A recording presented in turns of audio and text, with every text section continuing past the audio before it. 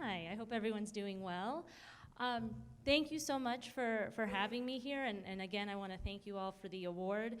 Softheon is a technology company, and we pride ourselves on being innovative, and I've really appreciated hearing everything that we've heard so far about innovation, about being consumer-centric, about needing to look at the member or the patient, about well-care versus healthcare.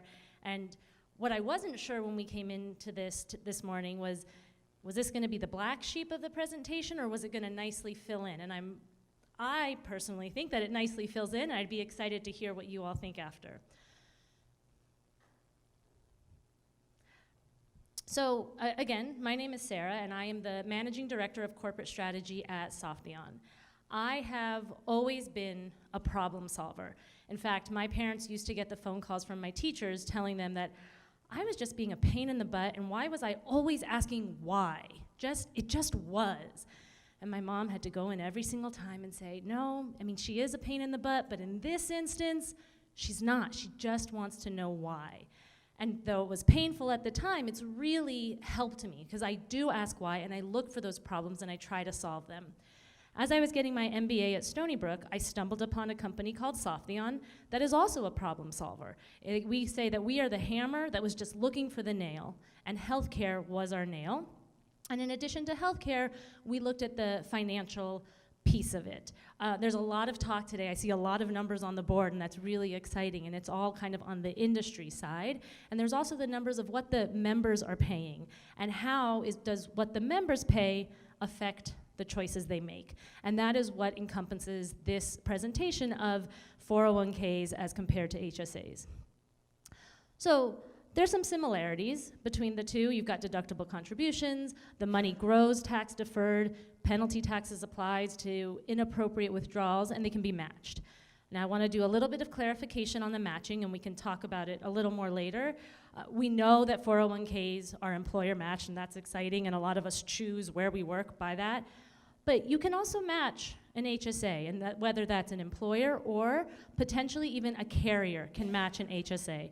We've done our research. I'm not giving anybody any kind of legal advice on that. I encourage you to go back and speak to your counsel, but we haven't identified any reason why a carrier, a health plan, can't say, set up an HSA, and we will match that. There's also some differences. So as you may or may not know, HSA funds can be used at any age for qualified medical purchases, whereas 401ks cannot. HSAs also, in order to be used for in order for the penalty tax to disappear, you have to be 65, whereas the 401k, it's 59.5. The HSA penalty tax is higher. HSA funders must have an HDHP. And so to clarify, in order to contribute to your HSA, you must currently have a high deductible health plan. However, you don't lose your HSA if you move out of a high deductible health plan. You don't lose your HSA if you change jobs. You don't lose your HSA if you change carriers. And HSA has no required minimum distributions. So again, we've been talking about this whole consumer-centric idea of healthcare and how we're making this shift, and how do we continue to make it, and maybe make it sooner rather than later. And this kind of shows us the shift from defined benefit to consumer-directed. You can see the results from a 401k survey are very similar to that of the HSA survey. 8 out of 10 who were polled were satisfied with their HSA eligible plans, their high deductible health plans.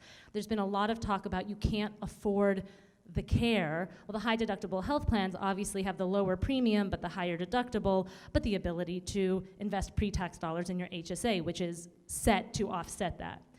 And then 77% were satisfied with the quality of coverage. So as we're researching and we're saying, why haven't HSAs taken off as much as we thought they would? My thought was, because there's no coverage. They feel like it's catastrophic. They're worried, they're this, they're that. But 77% of the people told me I was wrong, so I'm gonna listen. So why is an HSA important? It's not just a healthcare tool. It's actually a financial tool. 44% of people think that a couple will need less than $50,000 for their healthcare in retirement. So just out of curiosity, who here thinks that that number is too high? It's gonna be less than 50,000. Who here thinks that that number is too low? It's going to be more than 50,000. And who here thinks that number is right on? Does anybody have any guess as to how much it actually, you're right, it is higher. Does anybody have a guess as to how much it actually is? 400,000. Ooh, not quite that high, but yes, you're on the right track. Excuse me? Very good. 260,000. Another little fun fact, I made this presentation about 2.5 weeks ago. It's now up to 280,000. So we're in a lot of trouble. Yeah, you're gonna be right in about 3 weeks.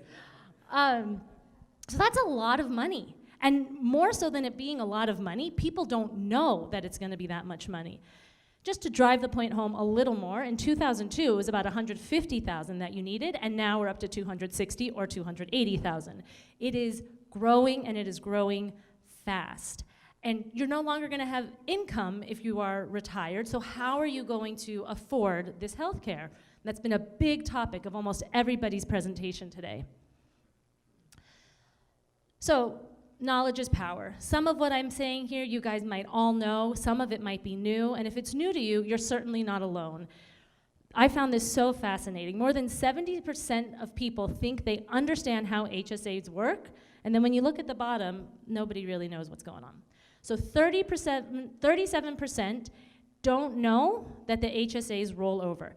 FSAs, you lose your money. HRAs, you lose your money. HSAs are yours. It doesn't matter, if, like I said, if you change jobs, if you change carriers, if you stop having a high deductible health plan, that money is yours. 46% don't know that you can invest your HSA funds. 51% didn't know that HSA money can be used for general expenses after age 65. They do get taxed, but it's not the penalty tax.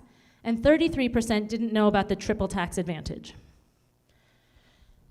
So 37% didn't know they could keep the unspent money. What does that mean for a member if they can keep that unspent money? You've got that lower premium, and if you don't need the money for your medical expenses, it's going to keep growing. As of today, for 2018, the individual maximum contribution for an HSA is $3,450. Based on the Softheon data that I have, the average medical expenses over the course of the year was about $600. So you do that over 4 years, and you've saved over $11,000. Now, if you have a medical emergency, you have $11,000 for you.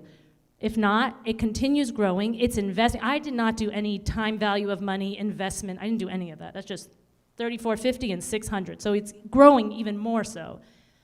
You're gonna have your nest egg. And I wanna be clear, I know the title says, are HSAs the next 401k? I'm not looking to take over the 401ks. I'm saying that they are very complementary to one another, and they should be used to work together. And we should look at the HSAs not just as a healthcare tool, but as a financial tool. So there's investments in HSAs. People don't know that, and there did not used to be. It used to be that it sat in your bank account and maybe got a little bit of interest, but now you can actually invest it the way you do with 401ks. And so much so that these are the rankings of the top 10 investors for HSAs. This is getting to be a big thing. Employee benefits people are looking at this, different banks are looking at this. Everyone is saying, how can we make this HSA more attractive to the member so they want to start utilizing it? And as I mentioned, there's no penalties after 65. So you save it, and then it gets invested, and then you've got a retirement fund after age 65. Again, you have your 401k that you can use for your everyday expenses, and then you have your HSA in the event you do have a medical need after age 65, and let's be honest, it's more likely that you're going to have a medical need after age 65. You can use that still tax-free. So long as it's for the qualified medical expense, it is always tax-free, and if you're this lucky one, you don't have any need to use it for your medical expenses, great. It's not penalized. It's just the regular tax amount, and you can use it for whatever you want. And the triple tax advantage. So, as I mentioned, 33% didn't know that the money you put in goes in tax-free, grows tax-free, and comes out tax-free for qualified expenses. So just to take a little look, money in for HSA tax-free, in for 401k tax-free. It grows tax-free, it grows tax-free. Money out for qualified expenses is tax-free, Can anybody guess what this one's gonna be? This one's taxed. But again, you have your two separate nest eggs. One you can spend for whatever you want, and one that's tax-free that you save for your medical expenses. So this thing sounds great. I mean, this is the best thing. I'm gonna be able to invest it, I'm gonna be able to spend it, it's gonna help me in my retirement. But of the 40% of Americans that have a high deductible health plan, less than 40% of those have an HSA. What use is your high deductible health plan if you're not utilizing the HSA? Now all you're doing is paying fewer premiums, but you're eating up all that cost every single time you go to the doctor. These are people who are not educated about the HSA. There's no other reason why this number would be so low. And what was going on? First of all, there's disjointed enrollment, and it's not co-branded. So it was, you roll up and enroll in Healthcare ABC, you have this great thing, you choose high deductible health plan, wonderful. Somewhere in a back room, someone sends your information to a bank, and then a couple weeks later, you get a letter in the mail from Bank 123 that says, would you like to open an HSA? What? Who are you? How'd you get my name? I don't want to open an account with you. I don't trust you. There's no connection. The user has no idea why that communication came to them.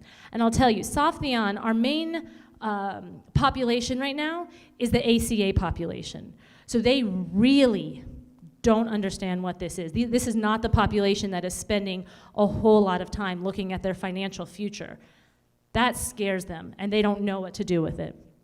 Like I said previously, there were no investment options, so those who maybe were a little more financially savvy were looking for other things to do with their money. I'm gonna put it somewhere where I can invest it, and I'm gonna make more money than I would save on the tax savings, just putting it into a savings account where I'm earning nothing. And there was no tracking, and when I talk about tracking, I'm talking about from the employers and from the carriers. It gets sent to this black box. They never know if their members signed up for an HSA. And we're talking about being consumer-centric. And if you're gonna be consumer-centric, you wanna make sure the consumer is getting the best use out of your product. In order to get the best use out of your HDHP, you need to have that HSA. So where do we go from here? HSAs, in fact, have grown 20% in the past year. People are learning about it. And Softheon is working very hard to figure out how we can continue to reduce that 60% of people who aren't using their HDHPs correctly by having an HSA.